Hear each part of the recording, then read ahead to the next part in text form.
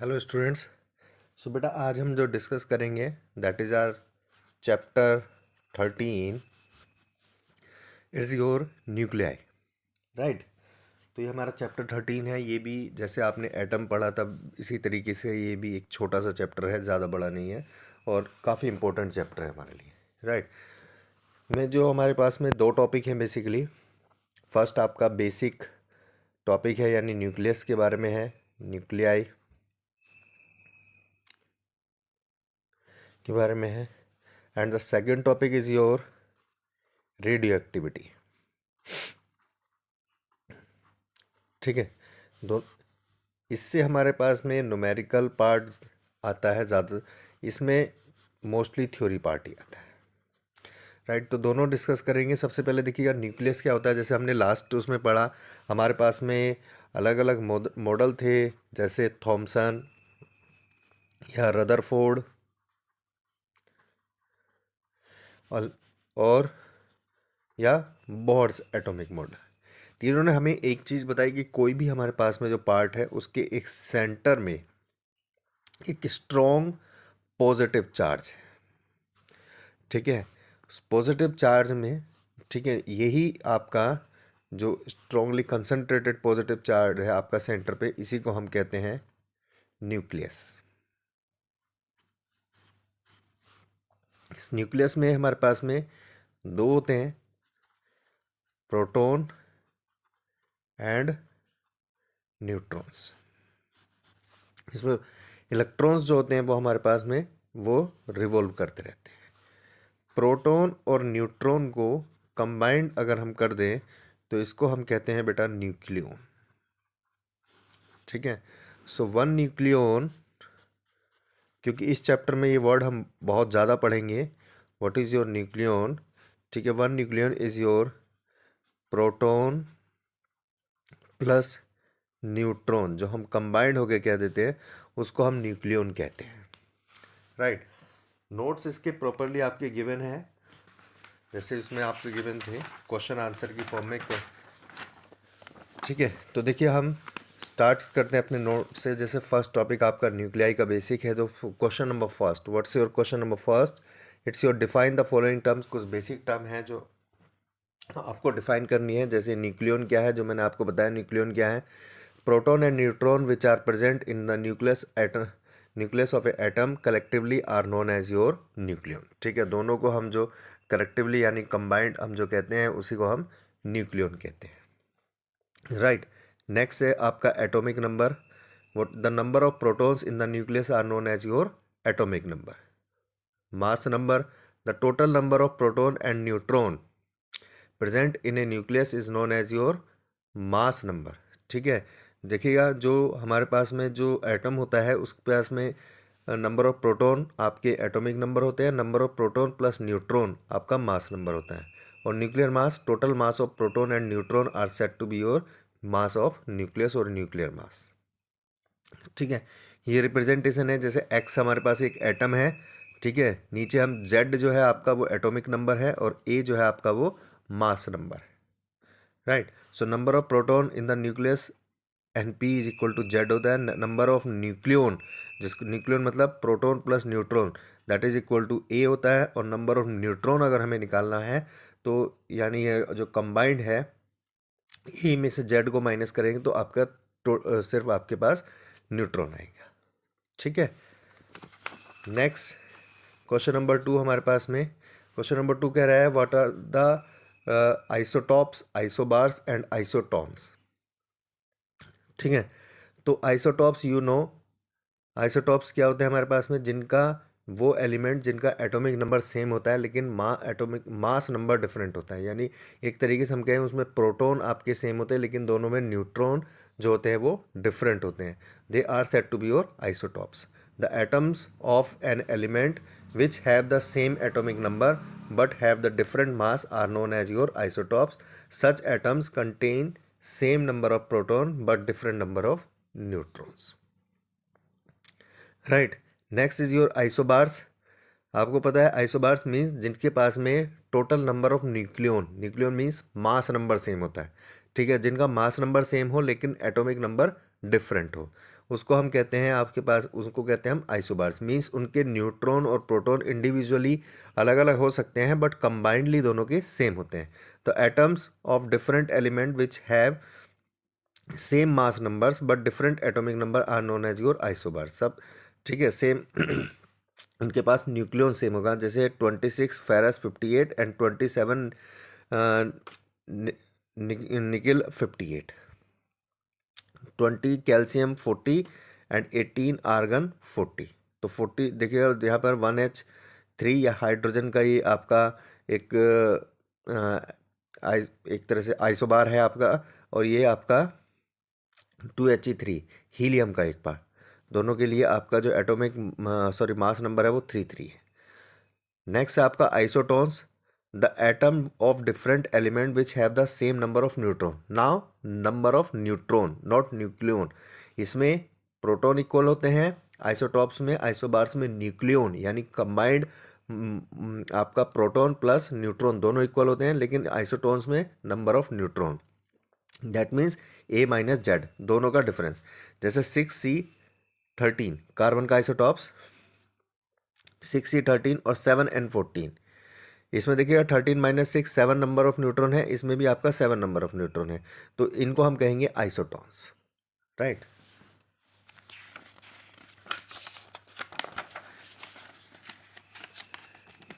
Next देखिएगा question number 3 हमारे लिए कह रहा है what are the relations between radius of a nucleus and mass numbers. ठीक है, रेडियस में और मास नंबर में हमें रिलेशन बताना है, और साथ ही हमें न्यूक्लियर डेंसिटी भी इसी में बतानी है, एक ही क्वेश्चन से आपसे अलग अलग नहीं पूछे, और ये भी उसमें प्रूव करना है कि ये आपके मास नंबर यानी ए पे डिपेंड नहीं करता है, कौन, न्यूक्लियर डेंसिटी।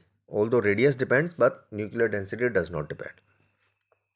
तो देखिए हमने ऑब्जर्व किया कि the volume of a nucleus is directly proportional to the mass number. जो वॉल्यूम होता है हमारे पास में न्यूक्लियस का, वो उसके मास नंबर के डायरेक्टली प्रोपोर्शनल होता है। जितना ज़्यादा मास होगा उतना ही बड़ा आपका न्यूक्लियस होगा, यानी उतना ही ज़्यादा उसका वॉल्यूम होगा। तो so V is directly proportional to A. V volume आपका न्यूक्लियस का स्फेरिकल शेप होती है 4/3 पाई आर क्यूब, यहाँ से हमने रखा तो 4/3 pi R cube directly proportional to A. 4/3 pi आपका कांस्टेंट है, तो R cube directly proportional to A and R is directly proportional to A power 1/3। तो हम ये कह सकते हैं the radius of a nucleus is proportional to the cubic root of its mass number. ये जो प्रोपोर्शनलिटी हटा के हमने जो यहाँ पर कांस्टेंट लगाया, इसी कांस्टेंट को हम आर नोट है आपका, ठीक है, जो आपकी इस चीज़ की वैल्यू होती है आपकी 1.2 इंटू 10⁻⁻15 मीटर। ठीक है, सो this is just a constant है, इसका एज सच कोई नाम नहीं है, ठीक है, आपको याद रखना है। तो R naught is equal to 1.2 into 10⁻⁻15 metre होता है। न्यूक्लियर डेंसिटी, ऐसे आप density, how you calculate the density, density होती है आपकी मास अपॉन वॉल्यूम। मान लीजिए हमारे पास में नंबर ऑफ न्यूक्लियन कितने हैं, ए है, एक न्यूक्लियन का एवरेज मास है आपका एम। फॉर एग्जांपल हम कह लेते हैं एक उसका आपका है एम है, जिसकी वैल्यू होती है आपके पास में एक न्यूक्लियन इसकी 1.67 इंटू 10⁻⁻27 किलोग्राम। ये अप्रॉक्सीमेटली वैल्यू होती है हमारे पास में, क्योंकि न्यूक्लियन होता है आपके पास में that is a mass of neutron plus mass of proton. Proton की जो मास होता है वो 1.67 इंटू 10⁻⁻27 होता है, जिसके कंपेरिजन में आपका जो न्यूट्रॉन का मास होता है वो बहुत स्मॉल होता है। तो इसलिए हम एवरेज मास जो लेते हैं न्यूक्लियन का वो लेते हैं हम एम, जिसकी इस वैल्यू होती है अप्रॉक्सीमेटली इक्वल टू 1.6 इंटू 10⁻⁻27। तो एम है तो टोटल मास कितना हो गया, एम इंटू ए हो गया। ठीक है, volume 4/3 pi R cube, R की वैल्यू आपको पता है आर नोट ए पावर 1/3 है, तो हमने यहाँ पर रखा तो आर नोट क्यूब इंटू में ए आ गया है। तो न्यूक्लियर डेंसिटी आपकी कितनी होगी, मास अपॉन में वॉल्यूम, तो न मास आपका एम ए, ठीक है, M into A divided by 4/3 pi R nought cube into A से ए कैंसिल हो गया, तो फाइनली हमारे पास में आ गया 3m अपॉन में 4 पाई आर नोट क्यूब। तो देखिए यार डेंसिटी जो है वो आपका ए पे डिपेंड नहीं कर रही है, मास नंबर डिपेंड नहीं कर रही, तो इसलिए हम कहते हैं कि जो न्यूक्लियर डेंसिटी होती है वो मास नंबर पर डिपेंड नहीं करती है। और जनरली ये आपके जो या साइज जो न्यूक्लियस का होता है उस पर डिपेंड नहीं करती हैं। अगर हम इनकी सबकी वैल्यू रख दें तो डेंसिटी जो होती है वो अप्रॉक्सीमेटली हमारे लिए सेम होती है 2.3 into 10⁻17 kilogram per metre cube. Since the density is very large as compare to the ordinary matter जो हमारे पास में होते हैं वाटर जिसकी डेंसिटी 10⁻³ किलोग्राम ही होती है, सो इसलिए हमें this confirms that ordinary matter constituents of atom has large amount of empty space. इसीलिए हम ये भी कह सकते हैं, एक थ्योरी हमारे पास में ये भी जनरेट होती है कि जो हमारे पास में जो भी ऑर्डिनरी हमारे पास सब्सटेंस होते हैं उनमें ज़्यादातर स्पेस आपका एम्प्टी होता है, क्योंकि न्यूक्लियस की जो डेंसिटी होती है वो बहुत ज़्यादा होती है, ऑल्दो हमारे पास में टोटल मैटर की जो डेंसिटी होती है वो कम होती है। तो इसलिए हम कहेंगे ज़्यादातर पार्ट उसका खाली होता है, ठीक है, सिर्फ वो सेंटर पे ही कंसंट्रेटेड होता है। नेक्स्ट आपकी what is Einstein mass energy equivalence. देखिएगा आइंस्टीन की एक बहुत ही इंपॉर्टेंट इक्वेशन है जो आप आगे भी पढ़ेंगे, अभी के लिए आपके सिलेबस में ज़्यादा नहीं है। आइंस्टीन ने एक रिलेटिविटी थ्योरी दी थी, थ्योरी ऑफ रिलेटिविटी, ठीक है, जिसको आज हम सभी जानते हैं और इसी एनर्जी पे बेसिस आज हम अपना काफ़ी यूसेस करते हैं, ठीक है। तो देखिए उन्होंने आइंस्टीन ने कहा था कि जो एक मास है वो भी एक एनर्जी की फॉर्म है, ठीक है। जैसे दूसरी एनर्जी की फॉर्म है हमारे पास में काइनेटिक एनर्जी है, पोटेंशियल एनर्जी है, जो हमारी मैकेनिकल एनर्जी में है, ठीक है, या इलेक्ट्रिकल एनर्जी है, विंड एनर्जी है, वट एवर इट इज़, ठीक है। ऐसी मास भी एक हमारी एनर्जी की फॉर्म है और मास भी दूसरी एनर्जी की फॉर्म, जैसे हमारे पास लॉ ऑफ कंजर्वेशन होता है कि एक एनर्जी से दूसरी एनर्जी में कन्वर्ट होता है, ऐसी mass energy can convert into another form of energy, ठीक है। So may mass energy can convert into kinetic energy can convert into mass energy. So Einstein की थ्योरी ऑफ रिलेटिविटी ने बताया कि mass is a form of energy and it can also converts to another form of energy, ठीक है, and vice versa, ठीक है। And he gave a very important equation which is said to be your E is equals to mc²। तो this इस equation is known as your Einstein energy equation और theory of relativity equation, and this E is also said to be your mass energy equivalence. E is equal to mc² where m is said to be your mass of the particle जिसकी हमें energy निकालनी है, and c is said to be your speed of light।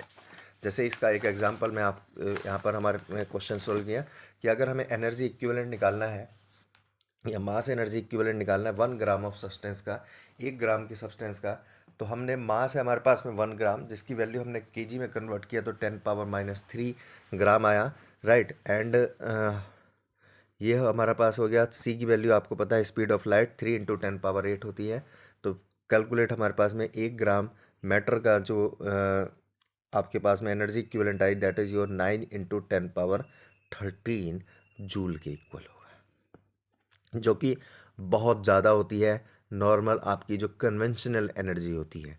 इसलिए हम कहते हैं mass energy is a very very large form of energy, right. Next है देखिएगा, नेक्स्ट क्वेश्चन नंबर 6 है आपका, what do you mean by mass defect and binding energy, ठीक है। इसको ज़रा ध्यान से सुनना क्योंकि अगला जो जितने भी क्वेश्चन हैं हमारे वो इन्हीं से रिलेटेड है, अब एक दूसरे से रिलेटेड रहेंगे। मास डिफेक्ट हमने देखिए ऑब्जर्व किया, देखिए जो न्यूक्लियस का जो एक्चुअल मास होता है वो अपने कॉन्स्टिट्यूएंट्स क्या होते हैं, न्यूक्लियस के दो ही होते हैं, एक प्रोटॉन और दूसरा न्यूट्रॉन, यानी उसमें जितने न्यूट्रॉन और प्रोटॉन होते हैं उनके मास से हमेशा कम रहता है। So the nuclear mass m of a nucleus is always less than the total mass of its constituents, ठीक है, that is your nucleon, it's a sum of your neutron plus proton. So this difference in the mass of nucleon and its constituents is known as your mass defect. देखिए अगर मेरे पास में mp is the mass of my proton है और mn आपके पास में मास ऑफ न्यूट्रॉन है, then mass of number of proton कितने होते हैं एक न्यूक्लियन में, z, ठीक है, और number of neutron a - z, तो z mp हो गया total mass of proton, a - z mp हो गया आपका टोटल मास ऑफ न्यूट्रॉन। इसमें से अगर हम मास ऑफ न्यूक्लियस को जो एक्चुअल मास ऑफ न्यूक्लियस है उसको अगर माइनस कर दें तो इन दोनों का जो डिफरेंस आता है उसी को हम कहते हैं मास डिफेक्ट। इसी मास डिफेक्ट की वजह से ये जो न्यूक्लियस है ये हमेशा बाउंड रहता है, यानी एक दूसरे एक कंसंट्रेटेड फॉर्म में रहता है और ये बाउंड रहता है, और उसी बाउंड की वजह से जो एनर्जी रिलीज होती है हमारी, या एनर्जी होती है इसमें, उसी को हम कहते हैं इसकी binding energy. The binding energy of a nucleus may be defined as the energy required to break up the nucleus in its constituents. उसके कॉन्स्टिट्यूएंट्स में यानी प्रोटॉन और न्यूट्रॉन में सेपरेट करने में जितनी भी हमें एनर्जी की रिक्वायरमेंट होगी वो आपकी बाइंडिंग एनर्जी होगी। ठीक है, तो मास, न्यूक्लियस का मास होता है आपका m, मान लीजिए m न्यूक्लियर, तो और जो कॉन्स्टिट्यूएंट्स है उनकी इतना है, तो उनमें जो डिफरेंस रहा वो आपका डेल्टा m है। और आपको पता है हर मास की एक एनर्जी होती है as per your Einstein theory. सो उस जो डिफरेंस रहा उसी उसी वही एनर्जी हमें रिक्वायर्ड चाहिए इसको, इसके कॉन्स्टिट्यूएंट्स को ब्रेक करने, सेपरेट करने के लिए। तो ई बी यानी binding energy is equal to delta M into C square, where delta M is the mass defect in kilogram. अगर आप डेल्टा एम की वैल्यू लेते हैं AMU यानी एटॉमिक मास यूनिट की फॉर्म में, तो हमारे पास में ये EB का फॉर्मूला आ जाता है delta M into 931.5 mega electron volt per coulomb square. So this is just a unit. Next आपके पास में बाइंडिंग एनर्जी पर न्यूक्लियन। अभी हमने बाइंडिंग एनर्जी पढ़ी, what is your binding energy, again I am repeating, the binding energy of a nucleus may be defined as the energy required to break up the nucleus into in its constituents, that is proton and neutron, to separate them to such a large distance that they may not be interact with each other, कि वे एक दूसरे के साथ दोबारा interact ना करें। Now binding energy per nucleon यानी एक न्यूक्लियन की कितनी एनर्जी होगी। So binding energy per nucleon is the average energy required to extract one nucleon from the nucleus। ठीक है, एक न्यूक्लियन यानी एक प्रोटॉन और एक न्यूट्रॉन को सेपरेट करने के लिए हमारे पास में जितनी भी एनर्जी की रिक्वायरमेंट होगी उसको हम कहते हैं बाइंडिंग एनर्जी पर न्यूक्लियन। ठीक है, सो इसको हम ऑब्टेन कर सकते हैं। टोटल बाइंडिंग एनर्जी जो है हमारे पास में EB, उसको आप नंबर ऑफ न्यूक्लियन यानी जो A है हमारे पास उससे हम डिवाइड कर सकते हैं, राइट। तो ये हमारे पास में बाइंडिंग एनर्जी पर न्यूक्लियन आ जाएगा।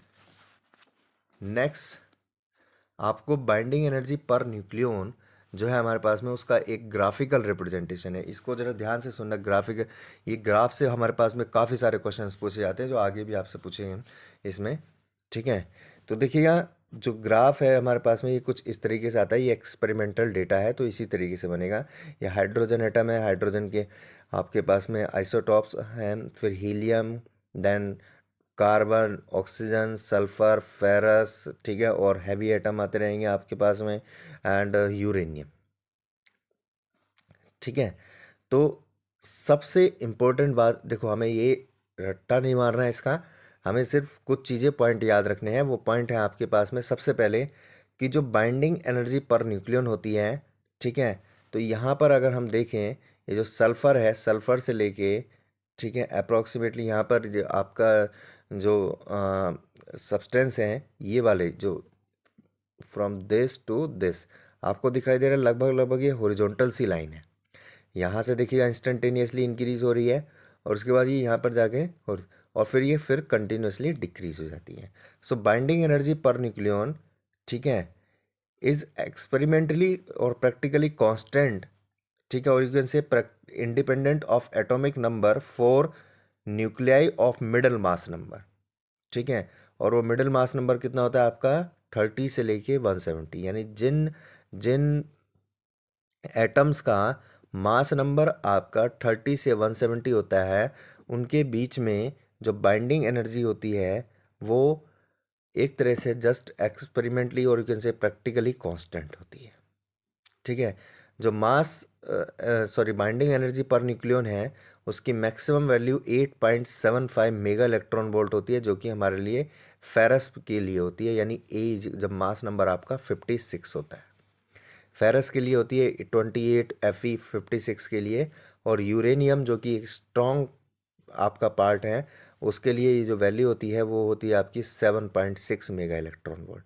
तो सबसे ज़्यादा जो होती है वैल्यू वो होती है आपकी फेरस के लिए, यानी 30 से लेके 170 के बीच के जितने एटम्स होते हैं इनमें एक तो वैल्यू कांस्टेंट होती है और सबसे मैक्सिमम होती है। 170 से ज़्यादा मास नंबर होगा उसमें भी आपका जो बाइंडिंग एनर्जी पर न्यूक्लियन होगी वो भी डिक्रीज होगी, और 130 से नीचे भी जितना होगा वो भी आपकी डिक्रीज होगी।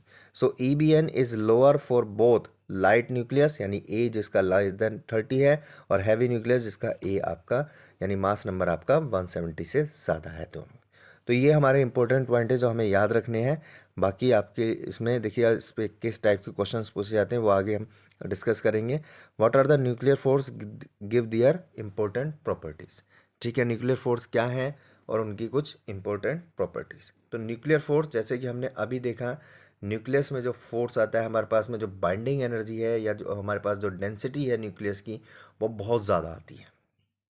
इसलिए न्यूक्लियर फोर्स जो होते हैं वो बहुत ही स्ट्रॉन्ग फोर्स होते हैं, स्ट्रांगली अट्रैक्टिव फोर्स होते हैं। सो nuclear force is a strong attractive force that binds the proton and neutron. Nuclear force जो प्रोटॉन न्यूक्लियन के बीच में लगता है, यानी एक प्रोटॉन और न्यूट्रॉन उनको जो बाइंड करके रखता है, ठीक है, वो एक बहुत ही स्ट्रॉन्ग अट्रैक्टिव फोर्स, उसको हम कहते हैं न्यूक्लियर फोर्स। इसकी कुछ प्रॉपर्टीज़ है। Nuclear force is strongest force in the nature में हमारे पास में जितने भी फोर्सेज हैं, चाहे वो आपका ग्रेविटी फोर्स हो या इलेक्ट्रोस्टैटिक फोर्स हो, वट एवर इट इज, ठीक है, उन सब में सबसे ज़्यादा स्ट्रॉन्गेस्ट होता है।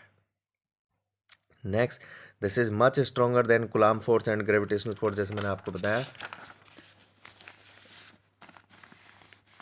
ठीक है, नेक्स्ट है आपके पास में nuclear force are very short range forces. ठीक है, जो बहुत शॉर्ट रेंज के लिए, क्योंकि जो हमारे न्यूक्लियन होते हैं प्रोटॉन और प्रोटॉन एंड न्यूट्रॉन, वो बहुत ही स्मॉल डिस्टेंस पे एक दूसरे से होते हैं। ठीक है, रैपिडली फॉल्स करते हैं and also this nuclear force between the two nucleon falls rapidly zero as their distance is more than a few femtometer। अगर उन दोनों के बीच में, दो न्यूक्लियन के बीच में अगर डिस्टेंस कुछ छोटी सी भी फ्यू फेम्टोमीटर भी अगर इंक्रीज कर जाए, तो वो जो न्यूक्लियर फोर्स है हमारा, वो बहुत जल्दी बहुत हाई वैल्यू से डिक्रीज हो जाता है और रैपिडली जीरो तक भी पहुंच सकता है। So nuclear force are charge independent, charge पे फर्क नहीं पड़ता है इनका। ठीक है, the nuclear force between the neutron proton and proton is same. ठीक है, जो भी हमारे पास में दो न्यूट्रॉन के बीच में हो, दो प्रोटॉन के बीच में हो, या एक प्रोटॉन और न्यूट्रॉन के बीच में हो, वो लगभग सेम होता है आपका। ठीक है, अनलाइक द कूलम्ब चार्ज और न्यूटन्स लॉ ऑफ ग्रेविटेशन, ठीक है, there is no simple mathematical form of nuclear force. इस तरीके जैसे उसमें जो फॉर्मूला होता है हमारे पास में, F is equal to G M M upon में आर स्क्वायर, या F is equal to 1/4 pi epsilon naught Q1 Q2/r², इस तरीके का इसमें कोई इक्वेशन नहीं होती है। Right, next, what are the characteristics of a nuclear force, explain the consistency of binding energy per nucleon. ठीक है, तो कैरेक्टरिस्टिक हमने ऊपर पढ़ ली। The nuclear force between two nucleon falls rapidly to zero as their distance is more than a few femtometre, सबसे एक हमने बता दी। And this leads to the saturation of force in a medium और large size nucleus which is reason for the constant consistency of a binding energy per nucleon. जो हमारा binding energy per nucleon जो हमारे पास में 30 से लेके 170 के बीच में होती है, अप्रोक्सीमेटली कांस्टेंट, उसका हमारा यही रीज़न होता है कि जो न्यूक्लियर फोर्स होते हैं हमारे पास में दो न्यूक्लियन के बीच में, वो फॉल्स रैपिडली फॉल करते हैं अगर उनके जो बीच की दिया डिस्टेंस है वो फ्यू फेम्टोमीटर इंक्रीज कर जाए। तो इसी वजह से हमारे पास में जो फोर्स होता है वो मोस्टली मीडियम जो होते हैं हमारे पास में, मीडियम साइज़ के जो न्यूक्लियस होते हैं उनमें एक तरह से कांस्टेंट होता है। तो हम ये भी कह सकते हैं बाइंडिंग एनर्जी जो हमारे पास में 30 से लेके 170 के बीच में वो कांस्टेंट है। नेक्स्ट है आपके पास में explain with the help of binding energy curve the release और in energy in the process of nuclear fusion and fission. ठीक है, तो डायग्राम देखिएगा, वो आपका हमने पहले ही बना दिया है, उसमें हम एक्सप्लेन करते देखिएगा। ये कह रहा है, क्वेश्चन कह रहा है कि न्यूक्लियर फ्यूजन हो या फ्यूज़न हो, ठीक है, दोनों केसेस में आपको जो एनर्जी होती है वो हमारे पास रिलीज होती है। ये आपको, तो देखिए सबसे पहले फिजन की बात कर लेते हैं। फिजन क्या होता है, एक कोई भी हैवी मास को दो स्मॉल मास में सेपरेट हो जाना या ब्रेक हो जाना, वो होता है हमारे पास में न्यूक्लियर फिजन। मान लीजिए a heavy mass nucleus has lower binding energy per nucleon compare to that of lighter nucleus with A is equal to say 120। आपको पता है जो भी अगर एक हैवी मास है हमारे पास में, से अगर हम यूरेनियम ले लेते हैं जिसका आपका जो मास नंबर होता है वो अप्रॉक्सीमेटली 238 होता है, 238, 204। ठीक है, अगर हम इसे दो लाइटर न्यूक्लियस में तोड़ दें 120 120, तो 30 से लेके जो 170 के बीच में जितने भी हमारे पास में न्यूक्लियन होते हैं उनकी जो बाइंडिंग एनर्जी होती है वो सबसे ज़्यादा होती है और अप्रॉक्सीमेटली आपकी कांस्टेंट होती है। ठीक है, तो इसी बेसिस पे हम ये भी कह सकते हैं कि ये जो आपकी कांस्टेंट होती है और सबसे ज़्यादा वैल्यू होती है, इसी बेसिस पे ये जो आपका ब्रेक हुआ है दो पार्ट में 240 120 120, तो 120 की बाइंडिंग एनर्जी ज़्यादा होगी 240 के कंपैरिजन में। इसीलिए हमने कहा कि यहाँ पर जो 120 nucleon get more tightly bound and this implies that the energy would be released. तो यहाँ पर आपकी जो वो जो 120 वाले वो ज़्यादा बाउंडेड रहेंगे, उनकी बाइंडिंग एनर्जी ज़्यादा होगी, इसलिए यहाँ पर एनर्जी आपकी सिंपली रिलीज होगी। अब बात करते हैं हम फ्यूज़न की। फ्यूज़न मतलब ऐड होना। मान लेगा दो हमारे पास में लाइट एटम है, जिससे फॉर एग्जांपल जिनका मास नंबर आपका 10 से कम है, जैसे हाइड्रोजन ले लेते हैं 1H1 + 1H1, ठीक है, या 1H1 + 1H2। तो अगर हम इनको करते हैं तो देखिए आपका जो बाइंडिंग एनर्जी हमारे पास में जो लेस देन 30 मास नंबर होता है जिन एटम का, उनकी भी कम होती है 30 से नीचे या 170 से ऊपर। दोनों केसेस में हमारे पास में बाइंडिंग एनर्जी पर न्यूक्लियन कम होती है। तो जो भी जो दो लाइट न्यूक्लियर जिनका एटॉमिक नंबर आपका एक तरह 30 से लेस देन है, तो जब वो कंबाइन होके एक मीडियम साइज़ का न्यूक्लियन बनाएंगे, यानी अगर हमारे पास में दो है 30 इस तरीके से, या 14 या आप कह सकते हैं 15, तो एक हमारे पास में स्ट्रॉन्ग न्यूक्लियन बनेगा जिसकी बाइंडिंग एनर्जी ज़्यादा होगी। ठीक है, जिसको बाउंड करने के लिए हमें ज़्यादा एनर्जी की रिक्वायरमेंट है। तो यहाँ पर भी आपकी एनर्जी क्या करनी पड़ेगी, इसमें आपकी एनर्जी इस प्रोसेस में भी आपकी रिलीज होगी। तो इन शॉर्ट हम कहेंगे कि आपका न्यूक्लियर फिजन हो या फ्यूजन हो, ठीक है, दोनों ही केसेस में आपकी जो है वो बाइंडिंग एनर्जी आपकी रिलीज होती है, राइट।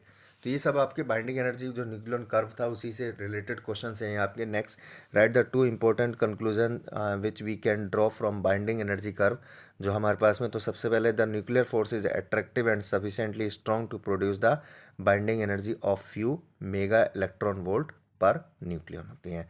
दूसरा, कंसिस्टेंसी जो होती है बाइंडिंग एनर्जी की, वो रेंज होती है हमारे पास में मास नंबर 30 से लेके 170 के बीच में। ठीक है, which is a consequence of fact that nuclear force are of short range. ये हमारे पास दो इंपॉर्टेंट कंक्लूजन हो गए।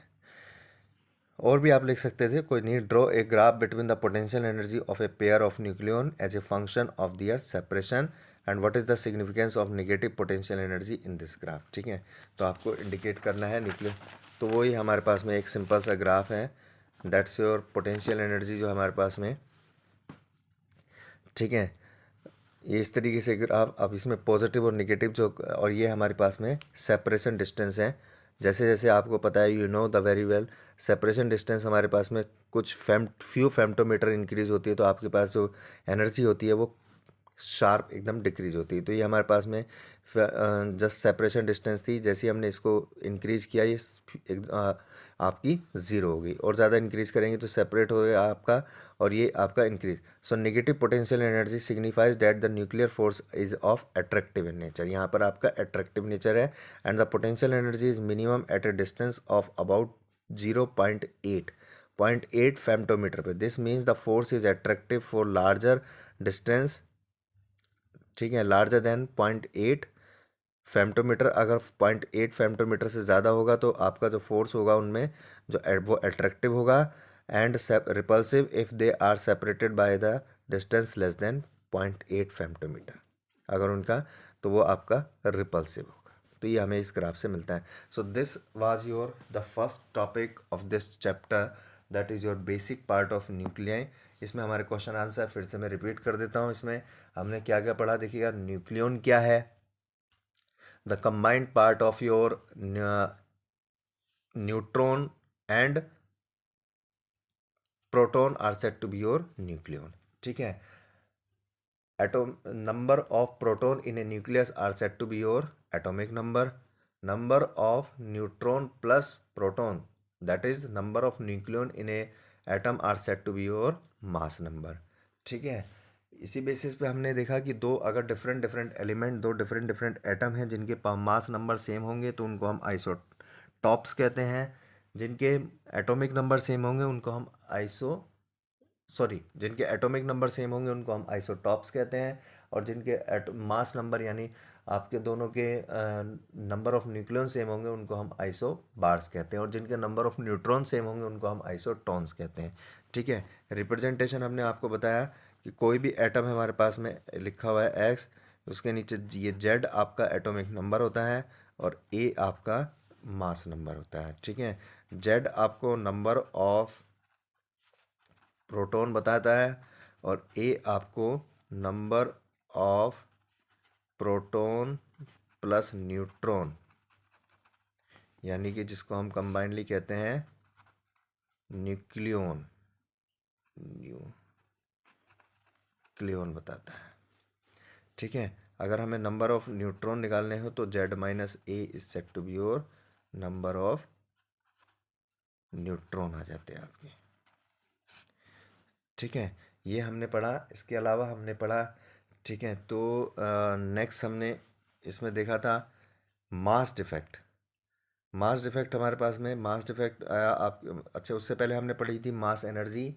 ठीक है, जो मास एनर्जी हुई हमारे पास में, हर मास की एक अपनी एनर्जी होती है, ये हमारे आइंस्टीन की रिलेटिविटी थ्योरी कहती है। तो E is equals to mc²। ठीक है, तो इसी बेसिस पे और हमने डिस्कस किया था रेडियस। आपको पता है जो वॉल्यूम होता है हमारे पास में वो मास नंबर पे डिपेंड करता है इस पे डायरेक्टली। तो यहाँ से 4/3 πr³। ठीक है, डायरेक्टली प्रोपोज यहाँ से हमारे पास में r आ जाता है। r is directly proportional to a⁻1/3 and this is equal to say r0 a⁻1/3। r0 की वैल्यू हमारे पास 1.2 × 10⁻⁻15 मीटर होती है, इसे आपको याद रखना होगा। ठीक है, और इसी पे हमने डेंसिटी निकाली थी। डेंसिटी जो होती है हमारे पास में वो इंडिपेंडेंट ऑफ मास नंबर आती है। राइट, उसके बाद हमने देखा कि मास डिफेक्ट जो बेसिकली जो एक न्यूक्लियस है, ये एक्स अगर हमारे पास में कोई एटम है, इसका जो मास ऑफ न्यूक्लियस होगा वो इसके जो कॉन्स्टिट्यूएंट्स हैं, यानी ये प्रोटॉन और हम जो न्यूट्रॉन को अगर हम ऐड कर दें अलग अलग, ठीक है, तो हमारे पास में वो उससे हमेशा कम होगा। ठीक है, तो ऐसे हमारे पास में ZAX है, तो Z आपका नंबर ऑफ प्रोटॉन है आपके। तो मास अगर MP हमारे पास में मास ऑफ प्रोटॉन है तो टोटल मास ऑफ प्रोटॉन्स हो गया हमारे पास में मास ऑफ 1 प्रोटॉन है, ये एक प्रोटॉन का। ठीक है, तो टोटल मास ऑफ प्रोटॉन हो गया प्रोटॉन्स ZMP। ठीक है, ऐसे ही हमारे पास में अगर MN आपके पास में मास ऑफ न्यूट्रॉन है तो नंबर ऑफ न्यूट्रॉन होते हैं हमारे पास में A-Z आपके पास में नंबर ऑफ न्यूट्रॉन्स होते हैं। तो टोटल मास ऑफ न्यूट्रॉन हो गया हमारे पास में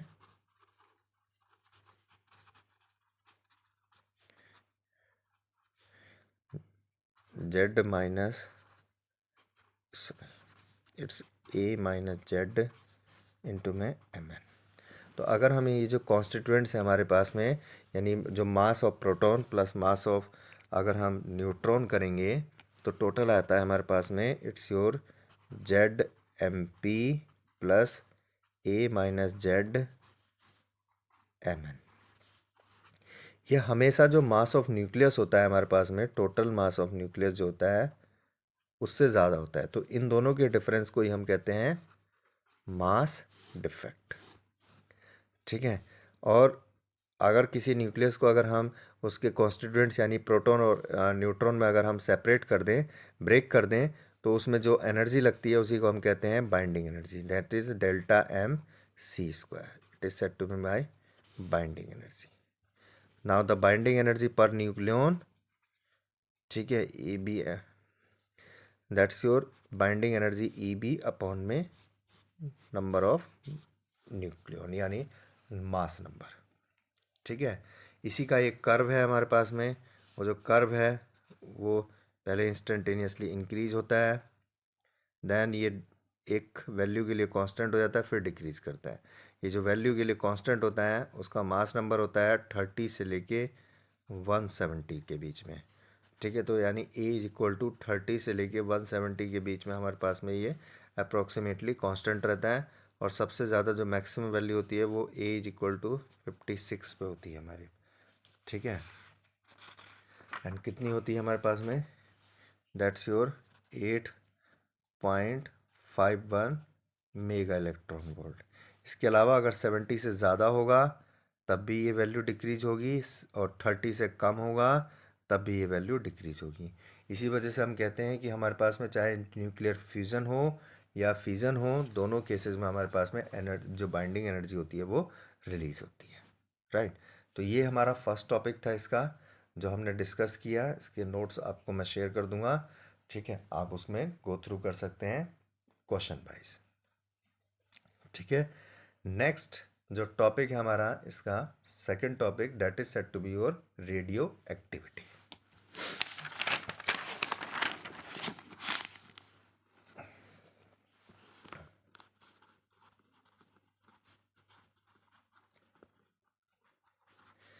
ठीक है, सबसे पहले देखिएगा what is radioactivity. Radioactivity क्या होती है?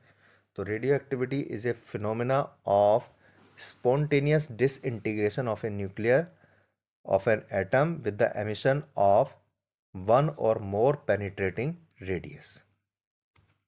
जब भी कोई एटम पे हम एक या एक से ज़्यादा स्पॉन्टेनियस पेनिट्रेशन करते हैं हम, ठीक है, पेनिट्रेटिंग रेडिएशन करेंगे हम, उस पर रेडिएशन करेंगे, तो उसमें उससे कुछ अल्फ़ा, बीटा या गामा रेज की फॉर्म में आपके कुछ स्पॉन्टेनियस पार्ट जो है हमारे पास में, स्पॉन्टेनियस पार्ट डिसइंटीग्रेट हो जाते हैं।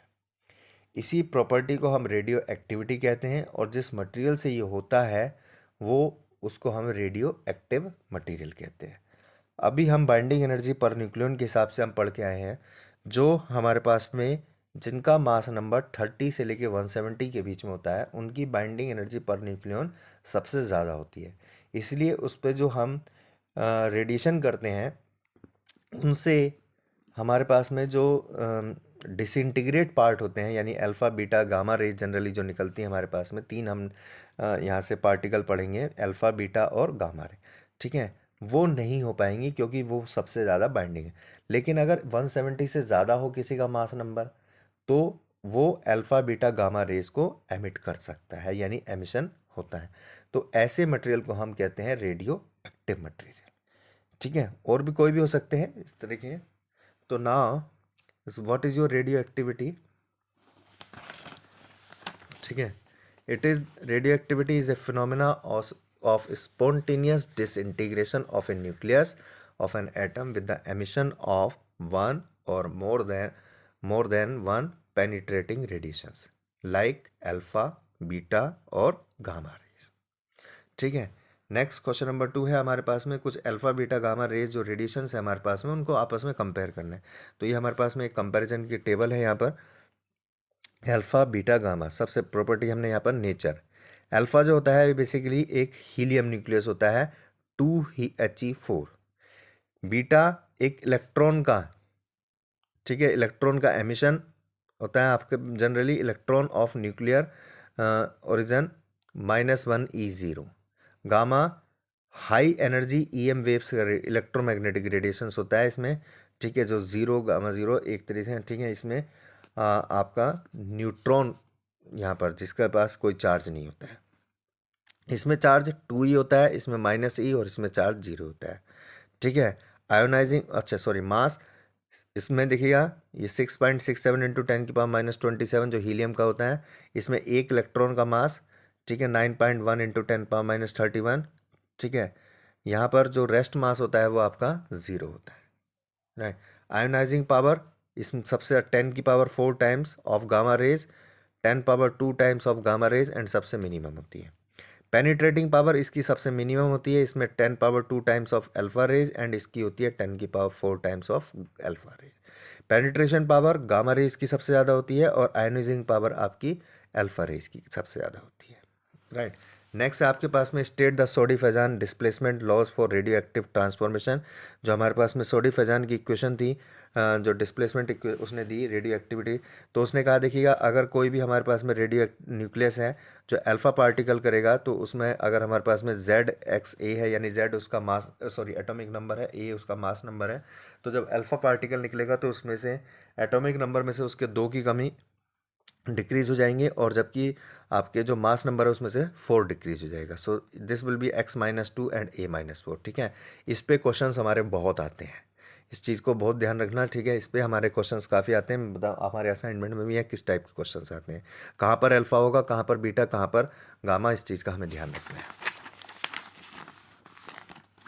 ठीक है, नेक्स्ट है आपके पास में सेकेंड, अगर जब हमारे पास में कोई भी रेडियो एक्टिव न्यूक्लियस एक बीटा पार्टिकल्स को एमिट करेगा, तो हमारा जो एटॉमिक नंबर है वो एक इंक्रीज हो जाएगा इस बार। ठीक है, क्योंकि इलेक्ट्रॉन है -1 है, तो यहाँ पर प्लस हो जाएगा। तो देखिए ZXA, तो Z+1 A ठीक है, -1 A। अगर देखिए Z+1 -1 करोगे तो Z ही आएगा। जब एमिशन ऑफ गामा रेज होता है हमारे पास में, ठीक है, तो मास नंबर और एटॉमिक नंबर पे हमारा कोई फर्क नहीं पड़ता है। ठीक है, दे विल रिमेन अनचेंज। ठीक है, तो ये थी हमारे पास में सोडी फैजान की displacement equations for radioactive decay. ठीक है, इस पे हमारे काफ़ी प्रॉब्लम्स आती हैं। ये आपका असाइनमेंट, ठीक है, जो फर्स्ट और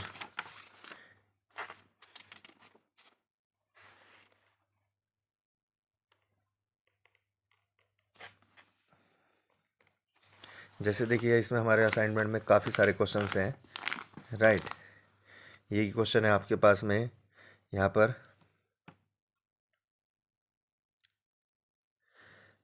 question number 12, N atomic nucleus denoted by ZXA emits an alpha particle, right the equation two show the formation of daughter product. जो हमारे पास में बना डॉटर प्रोडक्ट। ठीक है, तो देखिए हमारे पास इसी के लिए मैं तो हमारे पास कोई भी एटम है ZXA, इसमें से अगर हमारे पास अल्फा पार्टिकल एमिट होता है, तो जो नया आपके पास बनेगा daughter product, that's your Z-2 and A-4 2He4।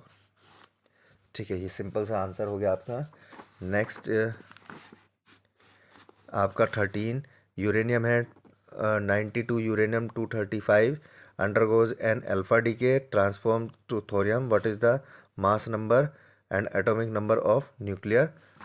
ठीक है, इसमें न्यूक्लियस है हमारे पास में, इस बार आपको न्यूक्लियस दे दिया है 92U235।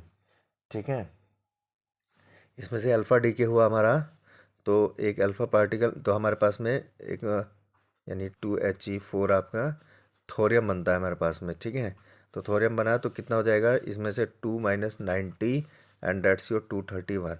तो थोरियम का मास नंबर हो गया 231 और एटॉमिक नंबर हो गया आपका 90। तो इस तरीके के हमसे क्वेश्चन इसमें काफ़ी सारे पूछे जाते हैं। आपके असाइनमेंट में काफ़ी सारे हैं। एक यूरेनियम न्यूक्लियस है जिसपे पहले आपका अल्फा पार्टिकल, फिर 2 बीटा पार्टिकल ट्रांसफॉर्म्स हुए, थोरियम बन गया, मास नंबर आपसे पूछा गया है। ठीक है, तो इस टाइप से हमारे पास में नंबर ऑफ क्वेश्चंस हैं हमारे पास। ठीक है, आपके असाइनमेंट में, तो आप ये करेंगे तो आपको इसमें समझ में आए।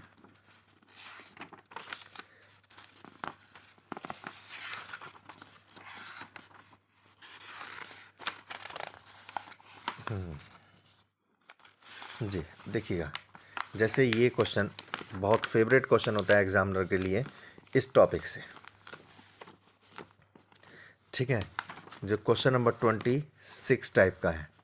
ठीक है, क्वेश्चन नंबर 26 हमसे कह रहा है, यहाँ पर एक A से A1 अल्फा पार्टिकल डीके हुआ, यहाँ पर निकला तो A1 बना, फिर A1 से A2 बीटा पार्टिकल, फिर A2 से A3 अल्फा पार्टिकल के बाद फिर ये गामा पार्टिकल। आपसे A2 का बीच में A2 का आपको एक का किसी का दे देगा, A2 का दे दिया 176 और 71। ठीक है, आपको डिटरमाइन मास नंबर A4 का करना है और A का करना है, यानी स्टार्टिंग और एंड हमसे पूछ लिया है।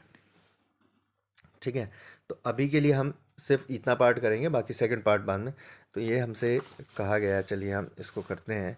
क्वेश्चन है A से A1 अल्फा, फिर A2 यहाँ पर बीटा, और फिर आपके पास में A3, ये अल्फ़ा, और फिर से ये A4, यहाँ पर गामा।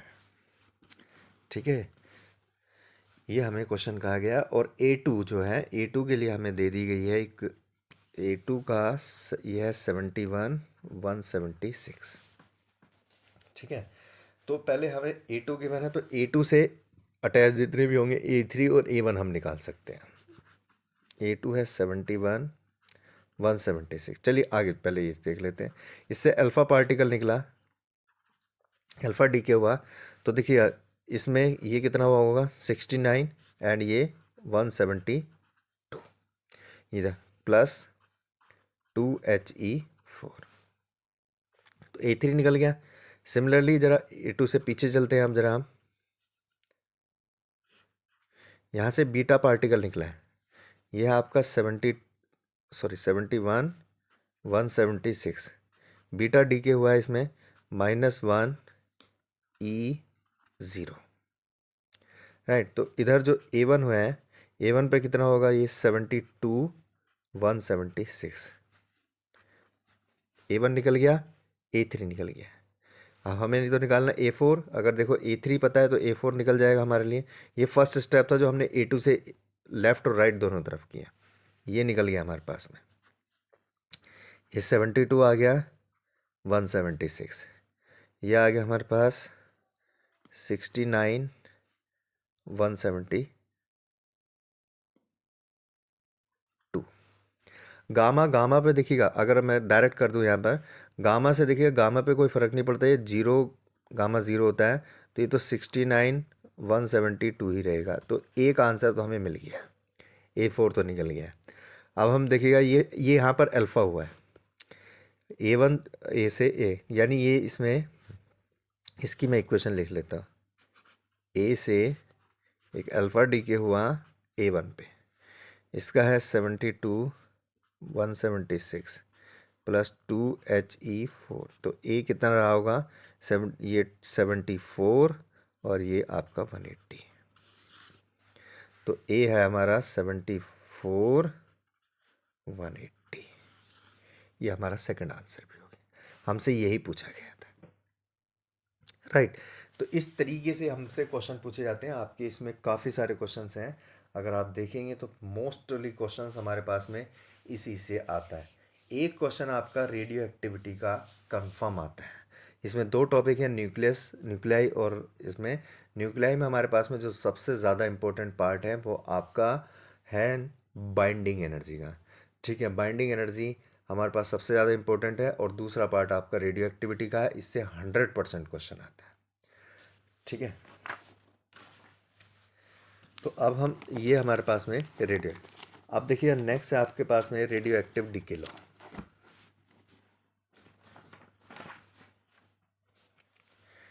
ठीक है, लॉ ऑफ रेडियो एक्टिविटी या radioactive decay law.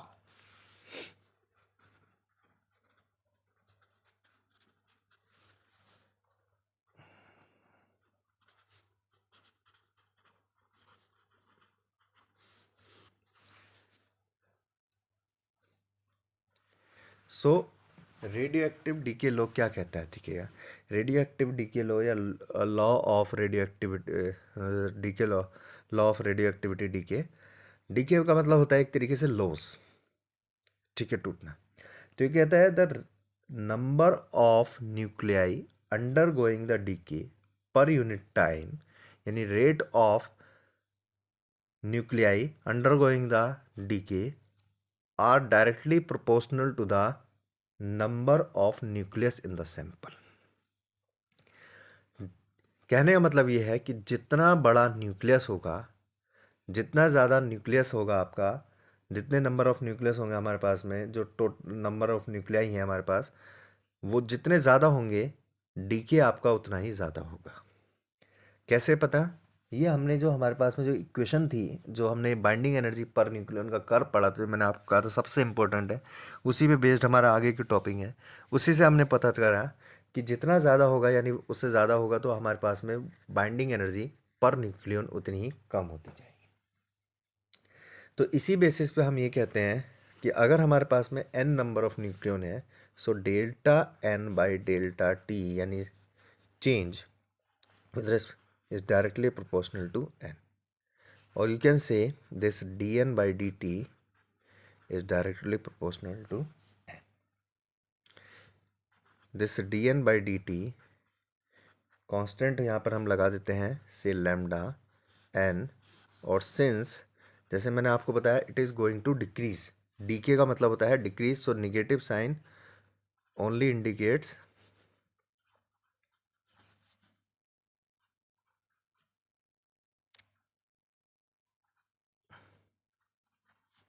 Decrease, ठीक है, ये सिर्फ डिक्रीज को।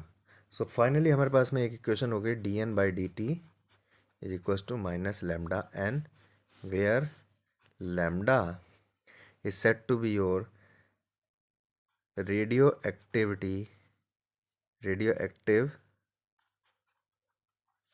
Decay constant.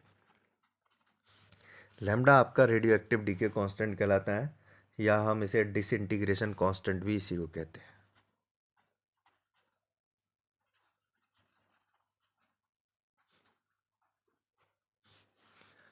ठीक है, सो नाउ अगर हम इसे इंटीग्रेट करें तो देखिएगा D N by D T equals to minus lambda N. तो now as per your law of integration हमने एन एक तरफ ले लिए, D N by N minus का lambda D T, now integrating both side. तो ये जो हमारे पास में है, मान लीजिएगा एन नोट आपका इनिशियल नंबर है, इनिशियल नंबर ऑफ न्यूक्लियस आपका एन नोट है जब डीके नहीं हुआ था, इनिशियली कोई भी डीके नहीं हुआ था तब आपका एन नोट था, और फाइनल जब डीके हो गया तो फाइनल नंबर ऑफ न्यूक्लियस आपके एन है, ठीक है। और ये टाइम है आपका 0 से लेके टी सेकेंड तक। तो डी एन बाई एन आपको पता है इसका इंटीग्रेशन लॉग एन होता है, लॉग ई बेस एन, ठीक है।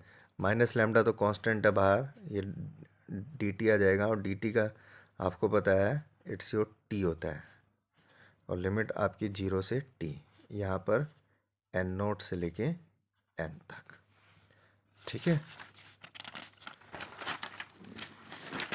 तो फाइनली हमारे पास में जो इंटीग्रेशन आया है वो आया है लॉग ई बेस एन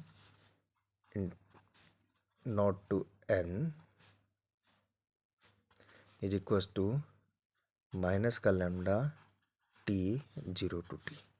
इसकी वैल्यू रखेंगे हम यहाँ पर, पहले एन की जगह अपर लिमिट, एन की जगह एन, माइनस एन की जगह N naught, minus lambda T की जगह टी माइनस फिर 0। तो log E base log M minus log N, log M minus log N, तो हम लिख सकते हैं इसे लॉग एम अपॉन में एन, यानी log E base N by N naught minus का लैम्डा टी। सो दिस जब लॉग हम हटाते हैं तो देखिएगा एन अपॉन एन नोट, ये लॉग ई बेस इधर जाके एक्सपोनेंशियल बन जाता है ई की पावर माइनस लैम्डा टी। तो finally we can write down the equation N is equal to N naught E to the power minus lambda T, ठीक है। Where N naught is equal to number of nucleus before decay, decay होने से पहले, या आप कह सकते हैं at T is equal to 0, जब टाइम हमने स्टार्ट किया था, द स्टार्टिंग डीके होने से जस्ट पहले जब हम ले थे तो वो एन नोट नंबर थे। N are the number of nucleus after decay या आफ्टर टी टाइम, ठीक है, टी टाइम पे। Lambda radio active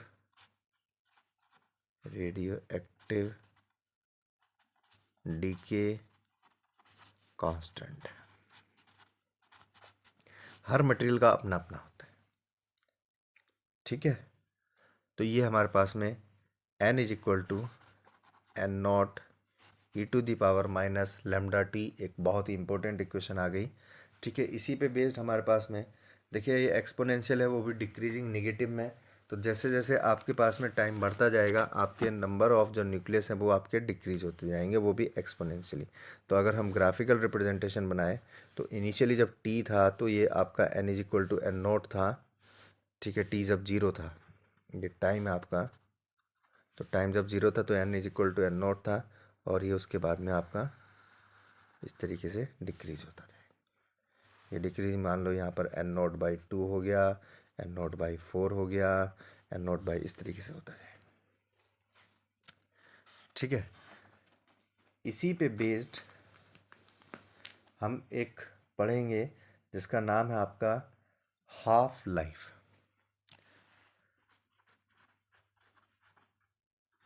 half life या half life of radioactive substance. ठीक है, what is your half life? Half life का नाम से पता चल रहा है आधी जिंदगी, एक न्यूक्लियस की आधी जिंदगी। ठीक है, means it is the time taken for a radioactive decay of a substance in which the number of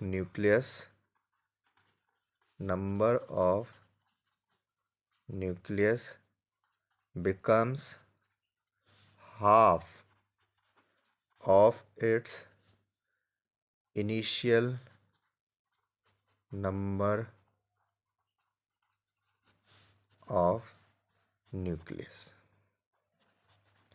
जितने इनिशियली होते हैं उसके पास में, उसके आधे हो जाते हैं। यानी at T is equal to zero पे अगर हमारे पास में एन नंबर ऑफ न्यूक्लियस आपके एन नॉट थे, ठीक है, तो T is equal to T half पे एन इज इक्वल टू आपका एन नॉट बाई टू हो जाएगा। इसी को हम उसकी हाफ लाइफ बोलते हैं। ठीक है, तो अगर इसी फॉर्मूले जो हमारे पास में अभी देखिएगा इक्वेशन आई थी, N is equal to N naught E to the power minus lambda T, इसमें अगर हम ये वैल्यू रख दें, ठीक है,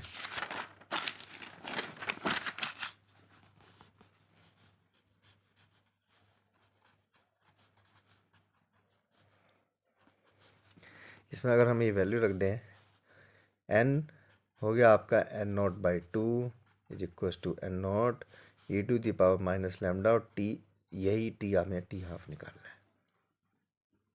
ठीक है, तो देखिए एन नोट से एन नोट कैंसिल हो गया, जब वन बाई टू हो जाएगा, इसे हम E to the power minus lambda T half, one by two का मतलब टू की power minus one, E to the power minus lambda T half.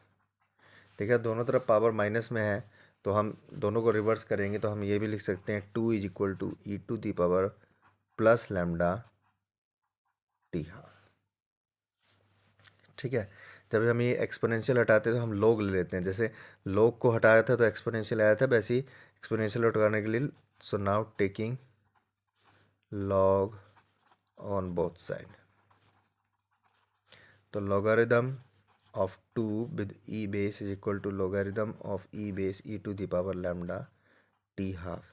ये तो जीरो हो जाएगा, ये आगे ऊपर आ जाएगा आगे, पहले तो lambda T half log E base E, ये वैल्यू वन हो जाती है, and log E base two, log E base two की वैल्यू स्टैंडर्ड वैल्यू होती है हमारे पास में natural logarithm, it's your 0.693 lambda T half. ठीक है, तो टी हाफ यानी हाफ लाइफ हो गई आपके पास में 0.693 डिवाइडेड बाय लेमडा। तो अगर हमें किसी भी रेडियो एक्टिव मटेरियल का रेडियो एक्टिव डीके कांस्टेंट पड़ता है तो हम उसकी हाफ लाइफ निकाल सकते हैं। हाफ लाइफ को हमने अलग अलग डिवाइड कर, जैसे फर्स्ट हाफ यही आपकी जो जस्ट जो हमारे पास में एन है तो एन बाई उसका आपका एन बाई टू हो जाए।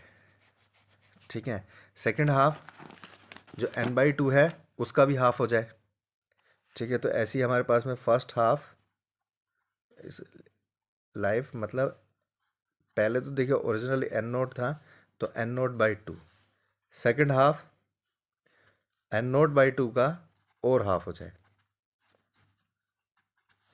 यानी आप कह सकते हैं एन नोट इंटू में 1/2 का whole square. Third half life जो हमारे पास में आया इसका और हाफ हो जाए, यानी एन नोट बाई 4 था ये, इसका फिर से हाफ हो जाए, यानी एन नोट बाई 8, या आप कह सकते हैं simple N naught upon into में 1/2 का क्यूब। तो सिमिलरली अगर हमारे पास में हम पूछें how much the nth half life कितनी होगी हमारे पास, तो हम कहेंगे एन नोट इंटू में 1/2 की पावर एन। ठीक है, तो एन हाफ लाइफ हो गई हमारे पास उसके, राइट। तो इसी बेसिस पे एक और क्वेश्चन छोटा सा हमारे पास में, define the activity of radioactive sample. ठीक है, तो हमारे पास में जो रेडियो एक्टिविटीज शो करनी है, तो हमारे पास ये जो the rate of radioactive decay जो हमारे पास में है, यानी dN/dt, इसी को हम कहते हैं बेटा डीके रेट।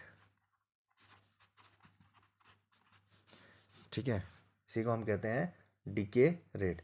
तो activity of a sample is defined as the number of radioactive disintegration taking per second, number of radio active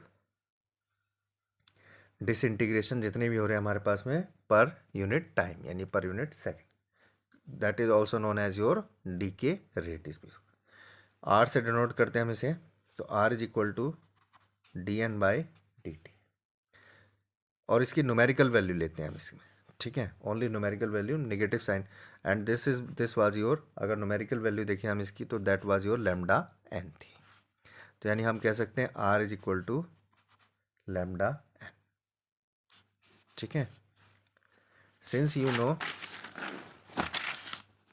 अभी हम फॉर्मूला निकाला हमने, R is equal to lambda N, N की वैल्यू कितनी होती है हमारे पास में, N naught E to the power minus lambda T.